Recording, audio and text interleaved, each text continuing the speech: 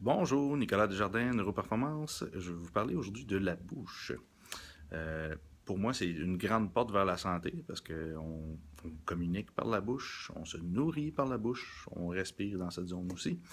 Une des règles très importantes que j'enseigne à mes clients ici en posturologie, c'est de ne pas serrer les dents, pas contracter pour rien la bouche.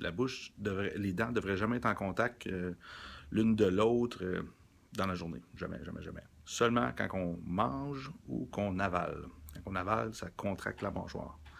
Il y a un petit truc, la position de la langue optimale, ça se programme habituellement chez les enfants allaités, mais c'est pas trop notre cas. On devrait être allaité quasiment jusqu'à l'âge de 4 ans en alternance avec la nourriture.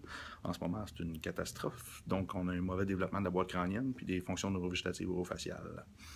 La langue devrait être derrière les palettes, là, il appelle ça le spot lingual, et c'est le seul point d'appui, le point de contact qu'il devrait avoir de la langue, là, et dans le fond de la gorge. Donc la langue devrait faire une petite vague comme ça, au niveau du palais. Donc comme ça, les dents devraient être à 1 mm environ de distance une des autres. Bien relax, les lèvres fermées. Les palettes devraient toucher la lèvre inférieure. Vous pouvez vérifier, vous devriez sentir. C'est les seuls points de contact qu'on veut. Sinon, ben, ce qui se passe, c'est qu'on entraîne. Habituellement, on mange toujours du même côté, justement parce qu'on a une déviation de la mâchoire, les dents, comme moi. Devrait être comme ça. Yeah.